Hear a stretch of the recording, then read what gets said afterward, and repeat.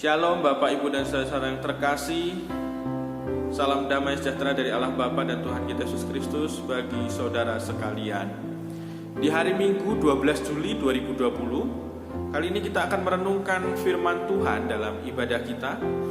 Firman Tuhan dari salah satu bacaan leksionari, Matius 13 ayat 1 sampai dengan 9. Dilanjutkan ayat 18 sampai dengan 23. Matius 13 ayat 1 sampai 9, dilanjutkan ayat 18 sampai dengan 23. Dan perkenankan saya menyampaikan judul dari renungan pada hari ini adalah siap dibajak untuk menjadi tanah yang baik. Jemaat yang terkasih, kita tahu betul bahwa negara Indonesia di mana kita tinggal adalah negara agraris. Kalau menurut Kamus Besar Bahasa Indonesia, agraris itu adalah terkait dengan pertanian atau tanah pertanian. Jadi dengan kata lain, negara agraris ini adalah negara yang sebagian besar penduduknya adalah petani, atau sebagian besar penduduknya bekerja di sektor pertanian. Maka ketika bacaan kita, Bapak Ibu dan Saudara, menceritakan tentang perumpamaan tentang penabur bagi panjenengan jemaat yang berprofesi sebagai petani, ini akan sangat paham, akan mudah untuk dipahami apa maksud perumpamaan ini. Nah, secara sederhana melalui bacaan Injil kita kali ini, kita bisa memahami pesan yang disampaikan oleh Tuhan Yesus Kristus, bahwa kita dipanggil agar menjadi tanah yang baik, tanah di mana benih yang ditaburkan bisa tumbuh dan berbuah. Ini panggilannya. Kita tidak dipanggil menjadi tanah yang di pinggir jalan. Kita diharapkan menjadi tanah yang baik. Kita tidak dipanggil menjadi tanah yang berbatu maupun tanah yang penuh semak duri yang membuat benih yang ditaburkan tidak tumbuh dan berbuah. Tapi sekali lagi kita dipanggil untuk menjadi tanah yang baik, yang siap menerima benih yang ditaburkan oleh sang penabur. Kita semua sepakat hal ini. Tentu panjenengan dan saya ingin, kalau ditanya mau jadi apa, tanah yang seperti apa, kita tentu ingin menjadi tanah yang baik. Maka sekali lagi pesan ini bisa kita tangkap secara sederhana demikian. Tapi ternyata Bapak Ibu dan Saudara, tentu saja kalau kita ingin menjadi tanah yang baik, ini persoalannya tidak berhenti di sini. Bagi kita yang memahami dunia agraris, persoalannya menjadi tidak sesimpel ini, tidak sesederhana ini.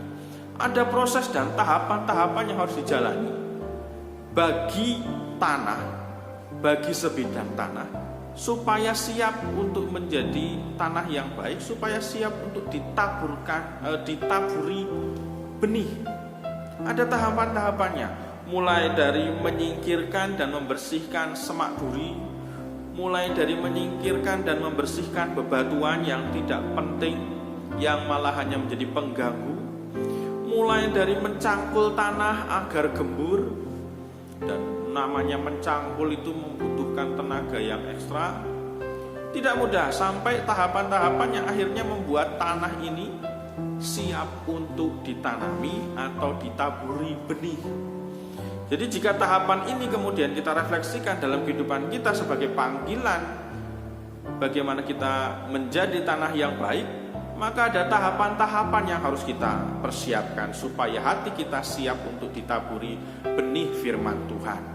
Tahapannya adalah bagaimana kita memulai proses menyingkirkan dan membersihkan rasa khawatir akan masa depan yang akan kita jalani yang tentu penuh misteri. Menyingkirkan dan membersihkan rasa khawatir akan rancangan kehidupan kita dan pasrah penuh pada kehendak dan rancangan Tuhan. Ini kalau kita mengibaratkan membersihkan onak duri atau semak duri. Semak duri tadi dalam bacaan kita digambarkan sebagai kekhawatiran.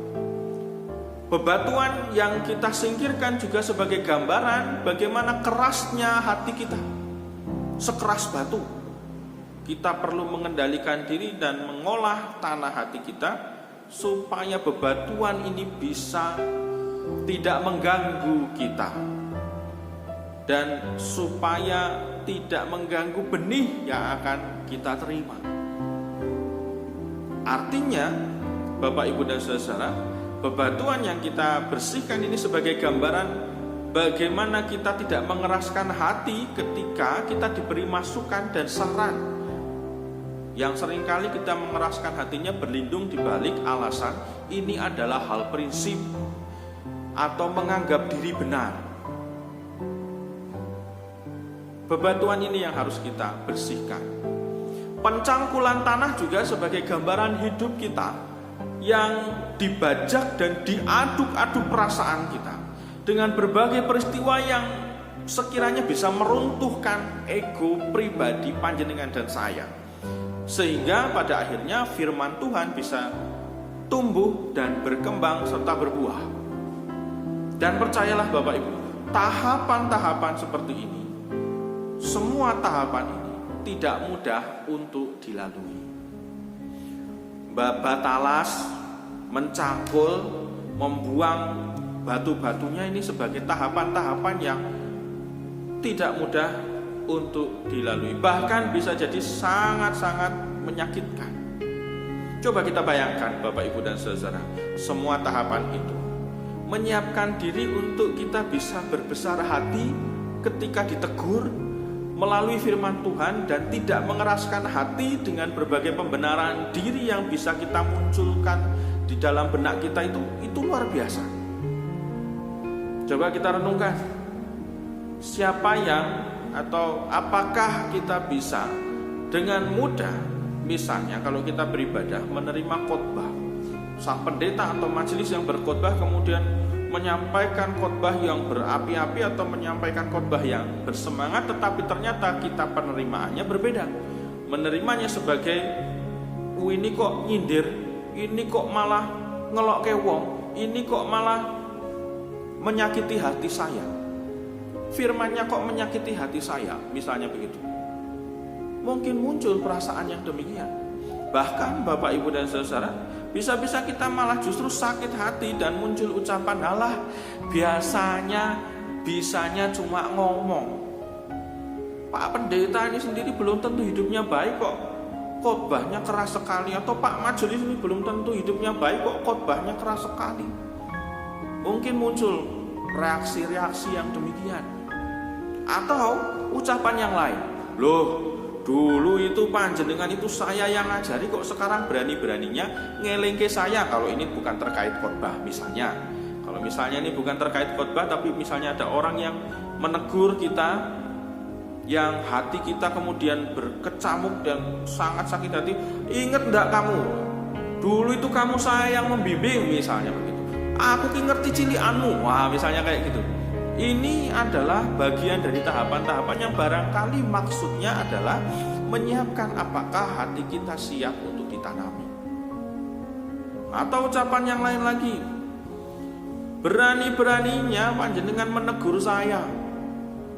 Harusnya ngaca siapa jenengan itu." Wah, yang seperti ini juga bisa jadi menjadi defense kita atau menjadi penolakan kita, rasa sakit hati kita, reaksi kita ketika kita sedang dipaculi, ketika kita sedang dibabati alasnya, ketika batu egoisme kita itu sedang disingkirkan untuk siap dipacul dan menjadi tanah yang gembur, tanah yang baik. Padahal bisa jadi justru persoalan-persoalan seperti itu, situasi yang demikian yang dipakai Tuhan untuk membuat kita siap ditanami firman Tuhan. Nah, tahapan-tahapan seperti ini Bapak Ibu dan Saudara menentukan panjenengan dan saya siap atau tidak menjadi tanah yang baik, atau kita tetap akan diliputi kekhawatiran, atau bahkan kita akan tetap mengeraskan hati, atau kita akan tetap kemudian menjadi tanah-tanah yang justru malah tidak memungkinkan atau tidak mungkin firman Tuhan itu bertumbuh dalam hati kita. Dibutuhkan kebesaran hati untuk mau dipaculi, merendahkan diri. Saya siap dicangkul Tuhan, saya siap menjadi media yang baik. Pertanyaannya kemudian, siapkah panjenengan dan saya menjadi tanah yang baik? dengan tahapan-tahapan yang sedemikian rupa untuk kita bisa menjadi tanah yang baik, sehingga firman Tuhan bertumbuh dan berbuah dalam kehidupan kita. Ternyata tidak mudah, toh kalau kita merenungkan, kita bisa saja berkata dengan lantang saat ini, ya, aku ingin menjadi tanah yang baik. Tapi siapkah kita untuk dicangkul dan dipersiapkan media hati kita oleh Tuhan? Mari kita renungkan di minggu ini. Siapkah panjenengan dan saya tidak mengeraskan hati, tidak diliputi kekhawatiran dan hal-hal lain yang justru membuat kita tidak siap untuk menjadi tanah yang baik? Selamat merenungkan. Tuhan Yesus memberkati kita semua. Kasih karunia, damai sejahtera serta persekutuan kekal menyertai saudara sekalian dari sekarang sampai selama-lamanya. Amin.